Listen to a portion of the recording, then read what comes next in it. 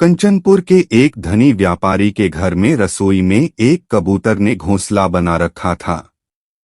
किसी दिन एक लालची कौवा जो है वो उधर से आ निकला। वहां मछली को देखकर उसके मुंह में पानी आ गया।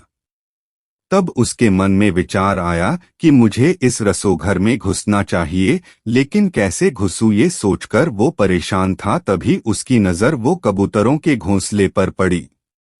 उसने सोचा कि मैं अगर कबूतर से दोस्ती कर लूं तो शायद मेरी बात बन जाए। कबूतर जब दाना चुगने के लिए बाहर निकलता है तो कौवा उसके साथ साथ निकलता है।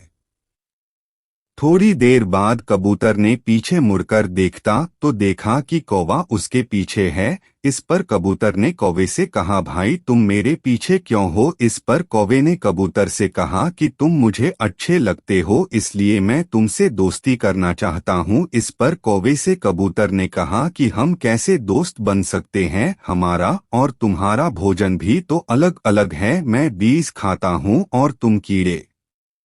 इस पर कौवे ने चापलूसी दिखाते हुए कहा, कौन सी बड़ी बात है, मेरे पास घर नहीं है, इसलिए हम साथ साथ तो रह ही सकते हैं, है न? और साथ ही भोजन खोजने आया करेंगे, तुम अपना और मैं अपना। इस पर घर के मालिक ने देखा कि कबूतर के साथ एक कौवा भी है, तो उसने सोचा कि चलो कबूतर का मित्र होगा, इसलिए उसने उस बारे में अधिक नहीं सोचा। अगले दिन कबूतर खाना खोजने के लिए साथ चलने को कहता है तो कौवे ने पेट दर्द का बहाना बनाकर मना कर दिया।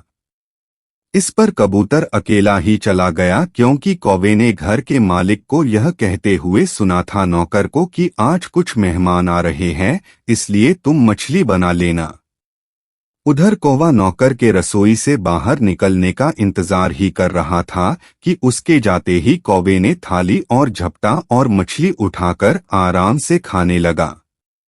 नौकर जब वापस आया तो कौवे को मछली खाते देख गुस्से से भर गया और उसने कौवे को पकड़कर गर्दन मरोड़कर मार डाला। जब शाम में कबूतर वापस आया तो उसने कौवे की हालत देखी तो सारी बात समझ गया। इसलिए कहा गया है, दुष्ट प्रकृति के प्राणी को उसके किए की सजा अवश्य मिलती है।